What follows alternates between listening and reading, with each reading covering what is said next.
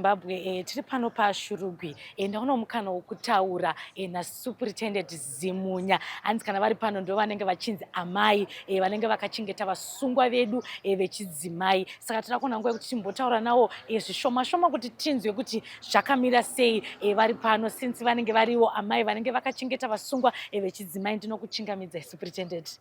Ndoda kutendai Slay Media nekundipa uno mukana. Inonzi Superintendent Zimunya, officer in charge Shurugwi Female Prison. Ndafara nekuuya kwamaita.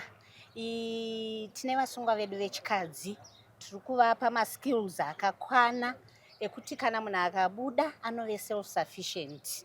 Isusu our core business is to incarcerate, rehabilitate for their successful reintegration into society. Asi chinhu chatiri kusangana nacho ndechekuti vanhu ava vakabuda havasi kutambirwa panze. Vanhu ava vari kunzi kana akabuda onzi iyo mbavha iye yauya, iyo ndingirikini mondiye yauya. Saka mukudaro vanhu vaya vari kuurayiwa nestigma, zvinova zvinozovadzorera ende isusu zvinotidzorera kumashure nekuti hatichaona kuti rehabilitation yedu yaapapi. Saka chikumbiro mhuri yeZimbabwe tati chingokumbirawo kuti vanhu ava tiwane zvinovabatsirawo zvokuti kana munhu achibuda handiti akwanise kunowanawo zvaanoita kana kupiwawo zvinhu zvinomubatsirawo kuti anoriritira mhuri yake kuitira kuti vasadzoke futi kunoku. Ndofunga ndo zvinhu zvatiri kungoapilawo kuti vedu tibatsireiwo kuti rehabilitation yedu ive successful. Alright. Thank you so much. Ndofunga ndikete mubvunzo wangu wokupedzisira. Kazhinji kacho tasangana nevana vari mukati meusungwa. Vanhu vazhinji vanongada kunzwisa kuti saka vaiva nevana vaive ndeapo mamwe machallenges avanozosangana nawo takatasana nekuti vanenge vane vana vari muusungwa.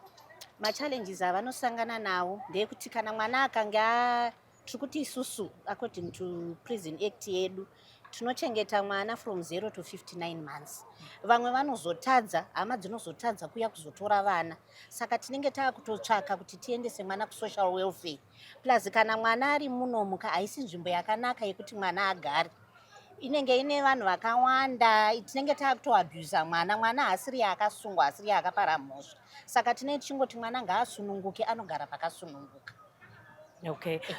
Thank you so much, Superintendent. Muri Zimbabwe ndiwo Superintendent vatanga tichitaura navo sekutaura kwandaita kuti kana vari pano vanonzi ndiwo amai vevasikana kuti vemadzimai. Manzwa chichemo chavo chavataurawo kuti vanhu avava tiri kuvadzidzisa hongu vari kuita maprogram asi vari kuzoita dambudziko rekuti kana vazouya kwatinenge tiri kucommunity uku taakuvadedza nemazita aya ava vanenge vashanda kuti munhu avandudzike. Isu abuda taakumudzosera zita raye vanozopedzera vapamha kutadza zvakare kuti vangodzoka. Saka chichemo chiri kubva kuna Superintendent tiri kuno kuShurugwi Female Prison vari kuti kana vanhu vachinge vabuda ngativatambirewo zvakanaka. Haikona kuzomutumidza kuti zimondi, haikona kuzomutumidza kuti zimbavha nekuti vanenge vashanda. Uyezve kune vanozokwanisa kubatsira vanhu nemabasa anenge vataura tichivainterviewa paya. Anongonzwa kuti mwana kunoti ndekuda kuita zvekufuya zvipfuyo ngativapewo zvekuita kuti vasadzokorodze kuita mhosva dzavanenge vakapara. Thank you so much for watching our program. Tiri pano paShurugwi Female Prison. Thank you so much.